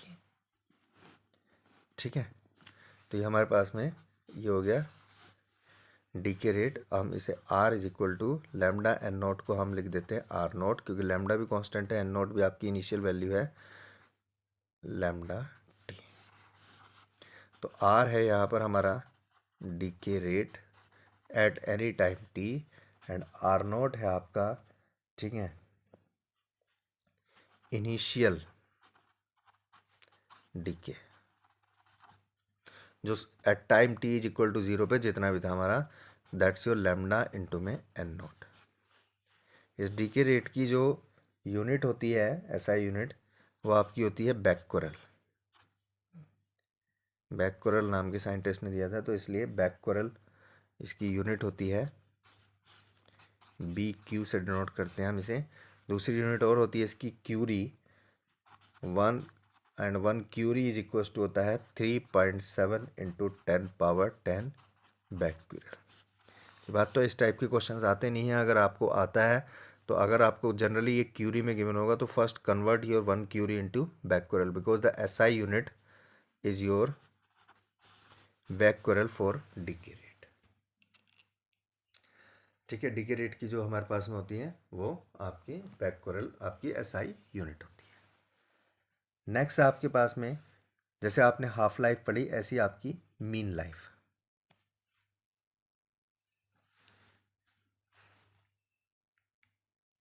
ठीक है, तो अगला जो क्वेश्चन है हमारा, देखिए क्वेश्चन नंबर 7 आपके सेकंड टॉपिक का, define the mean life of radioactive sample and deduce the relation for disintegration constant. जो डिसइंटीग्रेशन कांस्टेंट हमारा जो लैम्डा था, उसके लिए हमें इसमें तो मीन लाइफ देखिए, सम आपको पता है मीन लाइफ क्या होती है, the sum of the average time for which a nucleus of radioactive sample exist. ठीक है, is known as your mean life. कोई भी रेडियो एक्टिव सैंपल जब तक अपना डिसइंटीग्रेट नहीं होता है, जितनी लाइफ्स के लिए, जितने टाइम के लिए वो रहता है, जितनी लाइफ्स के लिए रहता है, ठीक है, वो उसकी एवरेज टाइम, उसका हम मीन लाइफ कहते हैं। The sum of the lifes of all nucleus to the total number of nucleus हमारे पास में। तो मान लीजिए इसका अब हम डराइव कर रहे हैं जरा, जो सेकंड पार्ट है इसमें, एन नॉट आपके पास में नंबर ऑफ अनडिकेड न्यूक्लियस है, यानी स्टार्टिंग में जो हमारे पास में एन आपके पास में नंबर ऑफ अनडिकेड न्यूक्लियस है टी सेकंड पे कितने बचे, ठीक है। तो डी एन आपके एक तरीके से हो गया nucleus decay in time T interval T plus delta T. Short interval के लिए हमारे पास में जो एन इज इक्वल टू होता है फॉर्मूला एन नॉट, ठीक है, E to the power minus lambda T. तो हमने अगर स्मॉल डिफरेंस ले लिया है for short interval of time delta T, N होता है हमारे पास में N naught E to the power minus lambda T. तो अगर हम इसे short interval rate of change निकाल रहे हैं यानी D N by T T हम निकाल रहे हैं, तो it's your D over D T of integration कर सॉरी डिफरेंशिएशन करेंगे। एन नोट तो आपका कांस्टेंट है, अनडिकेड न्यूक्लियाई हैं at T is equal to zero पे, तो ये हो गया आपका एन नोट बाहर, तो D over D T of E to the power minus lambda T. N naught into में देखिए E to the power minus E to the power X का इंटीग्रेशन सॉरी डिफरेंशिएशन होता है ई की power x जैसे, लेकिन हम T के रेस्पेक्ट में कर रहे हैं, टी नहीं है लैम्डा टी है, तो इसलिए हमें इसका दोबारा फिर से करना पड़ेगा D over D T of minus का लैम्डा टी। लैम्डा कांस्टेंट है माइनस लैम्डा, तो ये बाहर आ जाएगा, तो माइनस का lambda N naught E to the power minus lambda T into में D over D T of T बचेगा, सिर्फ टी फंक्शन है और टी का हो जाएगा 1। तो फाइनली हमारे पास में आ गया माइनस का लैम्डा एन नॉट इंटू में E to the power minus lambda T, that is my D N by D T for short interval of time के लिए हमारे पास में। तो यहाँ से हमारे पास में डी एन आ गई, यानी एक तरीके से हाउ मच द डीके हुए हमारे पास में for short interval of number of nuclei decay in short interval of time delta T, that's your minus lambda N naught E to the power minus lambda T into में D T, right. हमें निकालना है total life, how much the total life. मान लीजिए अगर वो T second के लिए हमारे पास में, हम एज्यूम कर लेते हैं से टी सेकंड के लिए कोई भी न्यूक्लियस हमारे पास में लाइव हो रहा है, यानी उसके लिए उसके टी सेकंड बाद वो डीके हो गया है कंप्लीटली, पूरी तरह से डीके हो गया है, तो कितना बचा आपका डी एन स्मॉल टाइम के लिए डीके था आपका, टोटल टाइम आपका टी सेकंड है, तो D T into D N हो गया, ये टोटल लाइफ होगी। How much the mean life, आपको पता है मीन निकालना आपको आता है अच्छे से, टोटल टो से डिनोट करते हैं हम इसे, तो टोटल हमारे पास में कितना हुआ, ये टी इंटू डी एन, उसका इंटीग्रेशन जीरो से लेके टी तक, सॉरी जीरो से लेके एन नोट तक, ठीक है, टी डी एन क्योंकि लिमिट यहाँ पर एन के रेस्पेक्ट में, डिवाइडेड बाय जो नंबर हमारे पास में initial number of undecayed, that's your N naught. Undecayed initially कितने थे हमारे पास में एन नोट, तो ये हो गया हमारे पास में मीन लाइफ, ठीक है। अब हम इसकी वैल्यू निकाल लेंगे, सिंपल।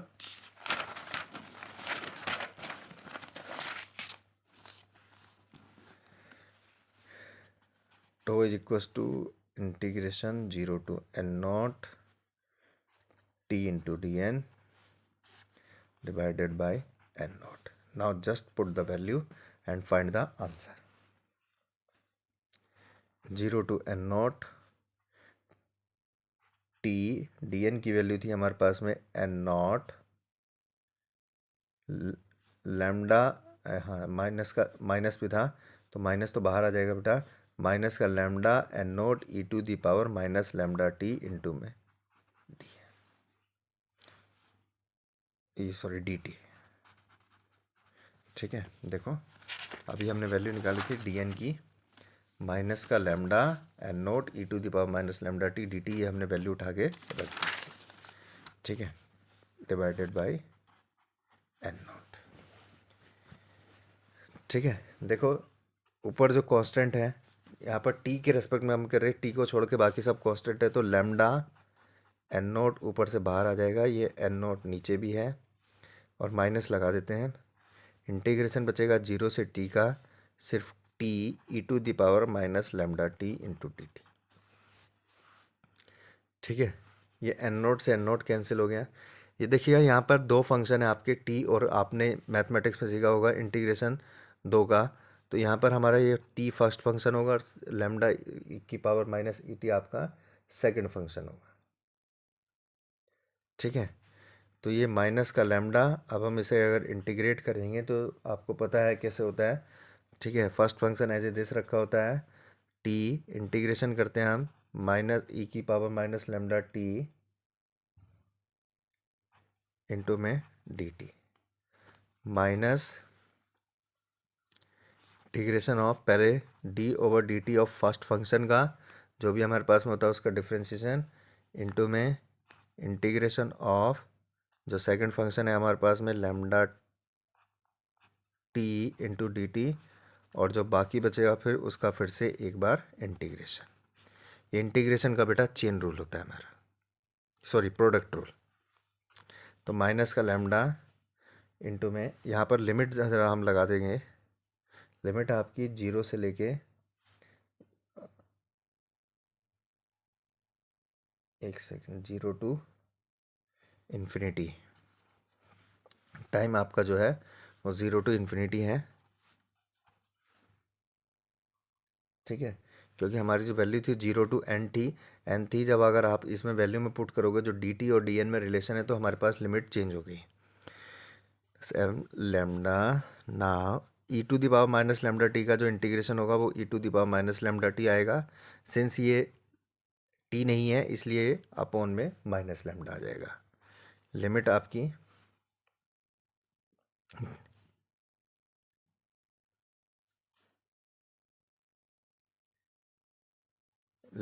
यहाँ पर 0 से लेके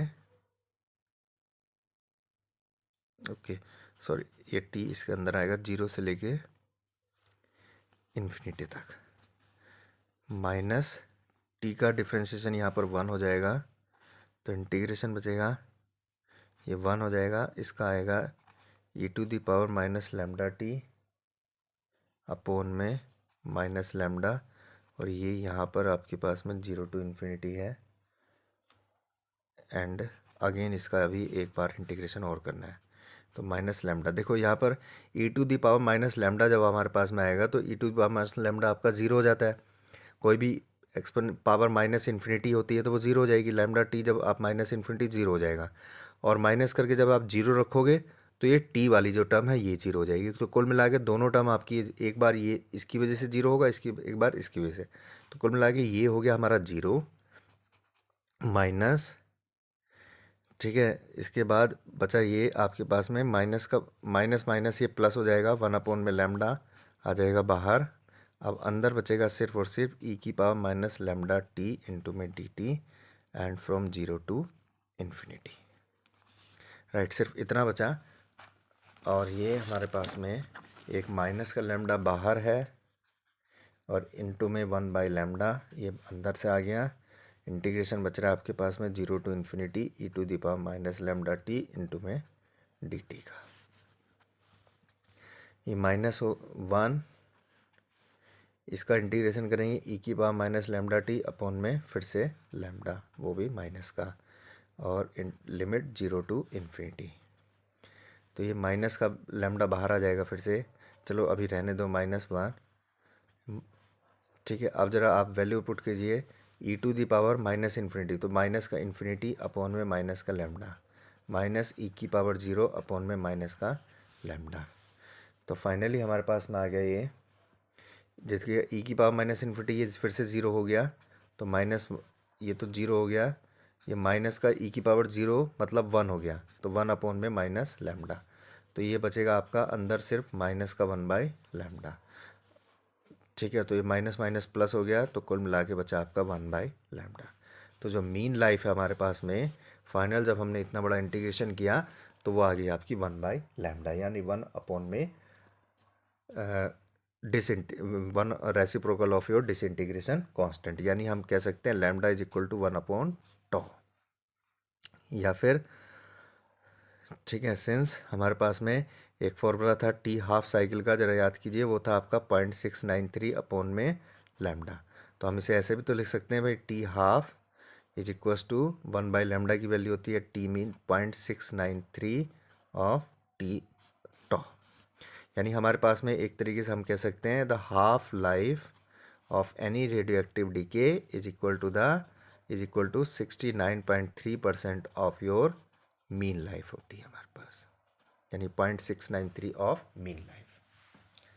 ठीक है, तो ये हमारे पास में एक फाइनल डेरिवेशन आया जो आपके नोट्स में भी गिवन है, इस पे क्वेश्चंस भी आते हैं। ठीक है, नेक्स्ट हमारे पास है next what is your Q value of A.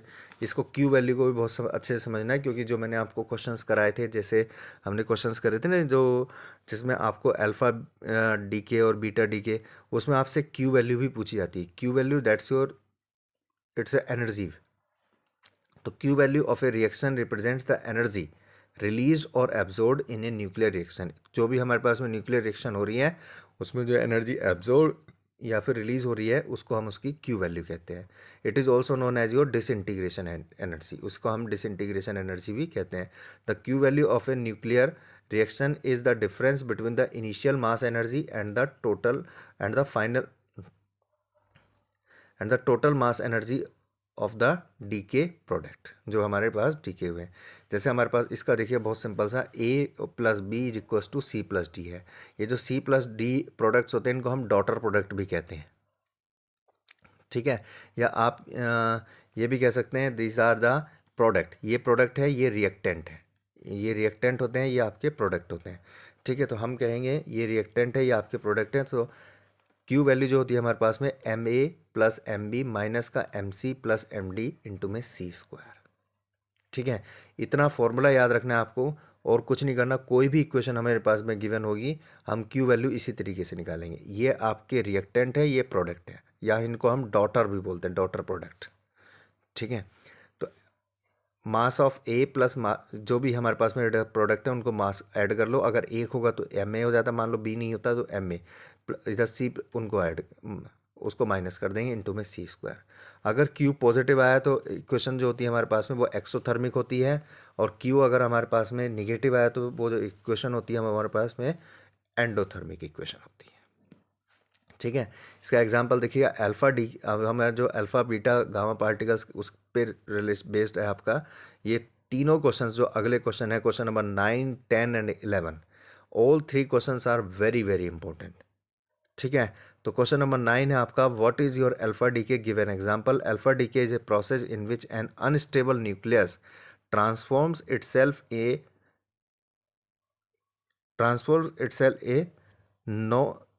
New nucleus by emitting an alpha particle. Alpha decay क्या है? एक ऐसा प्रोसेस है जिसमें एक अनस्टेबल न्यूक्लियस, ठीक है, एक नए न्यूक्लियस में ट्रांसफॉर्म हो जाता है बाय एमिटिंग ए अल्फा पार्टिकल, एक अल्फा पार्टिकल को एमिट करने के बाद। एक एक्स हमारे पास में अनस्टेबल न्यूक्लियस है जिसका एटॉमिक नंबर है Z, मास नंबर है A। ये एक अल्फा पार्टिकल यानी 2He4 को एमिट कर देगा और एक नया न्यूक्लियस बन जाएगा Z-2YA-4। ठीक है, ये हमने पहले ही पढ़ा है। अब हम जो इसमें पढ़ रहे हैं बेसिकली इसमें हम पढ़ रहे हैं Q value. How much the Q value? देखिए मास ऑफ एक्स, इधर प्रोडक्ट है आपका एक्स, रिएक्टेंट है आपके वाई और हीलियम। तो मास ऑफ वाई और मास ऑफ हीलियम को हमने माइनस किया इंटू में सी स्क्वायर। ये टेक्निक याद रखनी है, रट्टा नहीं मारना है। ठीक है, ये इसी पे बेस्ड थोड़ा सा हम ये कर लेते हैं, एनर्जी ऑफ अल्फा पार्टिकल निकाल लेते हैं बेसिकली इसमें। तो combined kinetic energy of daughter nucleus. Daughter nucleus कौन कौन से हमारे पास में? अल्फा पार्टिकल, ठीक है, और डॉटर न्यूक्लियस कौन सा हमारे पास में? वाई। जो वाई है हमारे पास में वो डॉटर न्यूक्लियस है। The energy Q is shared by the daughter nucleus Y and alpha particle. जो डॉटर न्यूक्लियस हमारे पास में वाई और अल्फा पार्टिकल, उन दोनों में ही वो आपकी एनर्जी जो होती है वो शेयर हो जाती है। ठीक है, तो इसलिए हम यहाँ पर जो लगाएंगे देखिए फॉर्मूला, जो कंजर्वेशन ऑफ मोमेंटम, सबसे पहले how much the initial momentum of your particle x? 0, क्योंकि वो तो मूव ही नहीं कर रहा था। जो आपके जो न्यूक्लियस डिसइंटीग्रेट हुआ वो मूव करें। ठीक है, तो initial kinetic energy zero, final kinetic energy कितनी हो गई, M Y into V Y plus M alpha into V alpha. ठीक है, आपको पता है जो मोमेंटम होता है वो हमारे पास मास इंटू वेलोसिटी होता है। P initial is equal to P after. P initial zero है, पी आफ्टर हमारे पास में दो प्रोडक्ट थे, वाई और अल्फा पार्टिकल। ठीक है, तो M by V Y M, यहाँ से हमारे पास में वी वाई का रिलेशन आ गया एम वी अल्फा की टर्म्स में। ठीक है, उसके बाद कंजर्वेशन ऑफ एनर्जी लगा दिया। क्यू वैल्यू जो हमारे पास में फाइनली आपके पास में डॉटर जो प्रोडक्ट बने कितने बने, अल्फा और sorry Y, daughter product Y और alpha particle. Initial kinetic energy आपकी जीरो है, वो माइनस जीरो आप। ठीक है, तो ये हमारे पास में M alpha V alpha square plus M by half M by V Y square. V Y की वैल्यू हमने इक्वेशन नंबर 1 से उठा के रख दी और फाइनली हमारे पास में कुछ इस तरीके से इक्वेशन आ गई, जहाँ से हमने हमारे पास में क्यू आया ई अल्फा ए अपॉन में ए माइनस फोर, अगर हम इसे सोल्व करेंगे तो। ठीक है, और ई अल्फा हम कह सकते हैं ए माइनस फोर अपॉन में ए इंटू में Q. This is set to be your for your alpha decay. ठीक है, ये रट्टा नहीं मारना है, जस्ट सच समझना है, क्योंकि हर न्यूमेरिकल में ये वैल्यू अलग होती है और उसी हिसाब से हमें करना होगा। यहाँ पर एक्स और वाई वो आपको एटम देगा, एटम के हिसाब से हमें ये करना होता है। ठीक है, एटम वो आपको कोई भी दे सकता है, किसी भी तरीके की इक्वेशन दे सकता है, एक्स की जगह कोई भी दे देगा एक एटम हमारे पास में। ठीक है, आपको नाइट्रोजन कह सकता है, ऑक्सीजन कह सकता है, वट एवर। ठीक है, इस तरीके वो आपको यूरेनियम कह सकता है, कुछ भी कह सकता है। नेक्स्ट है आपका बीटा डी के। ठीक है, बीटा डी के देखिएगा, बीटा डी के जो होते हैं हमारे पास में वो दो टाइप के होते हैं। सबसे पहले तो beta decay is then emission of electron from the nucleus origin rather than orbital origin. ठीक है, जो ऑर्बिटल में होते हैं हमारे पास में वो नहीं, हमारे पास जो एमिशन होता है इलेक्ट्रॉन का वो होता है जो ओरिजिन में होते हैं। ठीक है, ओरिजिन में जो होते हैं रादर देन ऑर्बिटल ओरिजिन।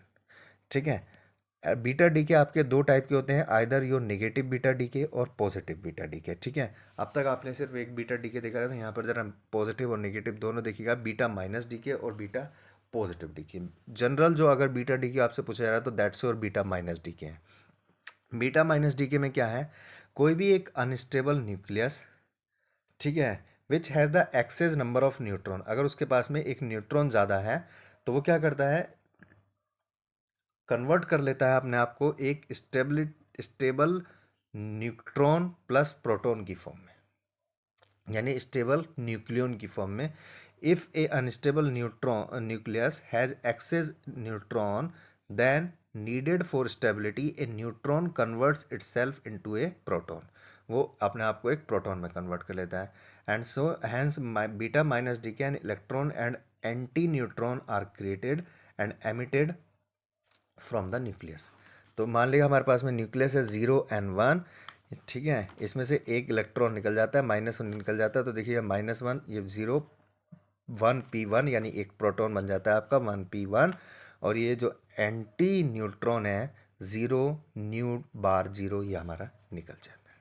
ठीक है, नेक्स्ट बीटा प्लस डी के, अगर इसमें क्या है, एक प्रोटॉन, एक unstable proton, if the unstable nucleus has excess number of proton, इस बार अगर प्रोटॉन ज़्यादा है then that needed for stability a proton converts itself into a neutron. ठीक है, तो वो प्रोटॉन अपने आप को एक न्यूट्रॉन में कन्वर्ट कर लेता है just by emitting an electron. ठीक है, तो यहाँ पर +1e होता है, ये जो इलेक्ट्रॉन होता है ये आपका -1e की जगह यहाँ पर +1e होता है, तो 1p1 ये +1e ये 0n1 बन जाता है और एक आपका न्यूट्रॉन एमिट हो जाता है। ठीक है, तो इसलिए याद रखेंगे आप, बीटा प्लस और बीटा माइनस डी के दो होते हैं, इसमें एक -1e0, कहीं पे सिंपल बीटा डी के लिखा हुआ that's your beta minus D के है, यानी इलेक्ट्रॉन वहाँ पर एमिट हो रहा है, लेकिन बीटा प्लस डी के भी हो सकता है। एक अगर कोई न्यूट्रॉन है, अनस्टेबल न्यूट्रॉन अगर आपका प्रोटॉन में कन्वर्ट होता है तो बीटा माइनस डी के। एक न्यूक्लियस है जिसके पास में एक्सेस नंबर ऑफ प्रोटॉन है, वो एक स्टेबल न्यूट्रॉन में कन्वर्ट होता है तो वो आपका बीटा प्लस डी। इसके रिक्वेशन यहाँ पर इक्वेशन भी गिवन है। नेक्स्ट आपका गामा डी के। ठीक है, जो गामा डी के है explain with the help of diagram, मैंने आपको बताया गामा डी के क्या होता है, एक इलेक्ट्रोमैग्नेटिक रेडिएशंस EM रेडिएशंस की फॉर्म में होता है, उसका ये सिंपल सा डायग्राम है, जस्ट इसको रिमेंबर रखेंगे। यहाँ पर ZXAX, यहाँ पर ZAX सेम रहेगा, बस यहाँ पर गामा निकलेगा 0 गामा 0। ठीक है, जैसे ये आपका बीटा गामा डी के है, कोई भी कोबाल्ट है 27 CO 60, इसमें से आपका बीटा माइनस डी के पहले देखिए 20 बीटा माइनस होगा तो 27 का आपका 28 हो जाएगा, निकल 60 बन जाएगा एक्साइटेड। नाउ यहाँ से गामा, तो एनर्जी रिलीज होगी यहाँ पर गामा रेडिएशंस में 1.17 मेगा, तो एक नए एनर्जी लेवल बन गया। बट उसका आपका जो एटम है 28 निकल 60, 28 निकल 60 ही रहेगा ग्राउंड स्टेट पे, but it will release some energies at different levels in the form of your electromagnetic radiations. Right. Next and the last question of this chapter, that is your nuclear fission and nuclear fusion. ठीक है, what is your nuclear fission and nuclear fusion? एक देखिए, आपको पता है, मैंने पहले भी अभी बताया था आपको, न्यूक्लियर फिजन मतलब it is the splitting up of a heavy nucleus. एक हैवी न्यूक्लियस का दो लाइट न्यूक्लियर में स्प्लिट होना फिजन होता है, और ये दो स्मॉल न्यूक्लियस का फ्यूज़ होके एक लार्ज न्यूक्लियस बना लेना आपका वो फ्यूज़न होता है। दोनों में ही हमारी एनर्जी रिलीज होती है। देखिए यहाँ पर भी आपके पास में एक एनर्जी क्यू वैल्यू रिलीज हो रही है, यहाँ पर भी आपके पास में एक क्यू वैल्यू रिलीज हो रही है, दोनों में आपका एनर्जी रिलीज होती है। राइट, तो ये चैप्टर यहाँ पर ख़त्म हुआ। जो सबसे इम्पोर्टेंट टॉपिक जो मैं आपको बताया, फिर से मैं रिपीट कर रहा हूँ एक बार, इसमें आपका रेडियो एक्टिविटी। रेडियो एक्टिविटी हमारे पास में एमिशन होता है alpha particle, beta particle, gamma particle. Alpha मतलब हीलियम पार्टिकल, 2 की एटॉमिक नंबर में 2 की कमी, मास नंबर में 4 की कमी। ठीक है, जो बीटा पार्टिकल्स होते हैं हमारे पास में, उनमें आपका जनरली बीटा अगर एक इलेक्ट्रॉन की कमी, बीटा वैसे आपके दो होते हैं, बीटा पॉजिटिव और बीटा निगेटिव अगर आपसे पूछा जाता है। नेक्स्ट आपकी क्यू वैल्यू है, जो क्यू वैल्यू आपको निकालनी आनी चाहिए। ठीक है, हाफ लाइफ, मीन लाइफ, इनमें रिलेशन, लैम्डा, ठीक है, जो हमारे पास में वैल्यू है, इनमें रिलेशंस आपके पास में, ये सब हमारे पास में इसका इम्पोर्टेंट टॉपिक है। ओके, ठीक है, तो ये चैप्टर आपका यहाँ पर न्यूक्लियस चैप्टर नंबर 13 पूरी तरह खत्म।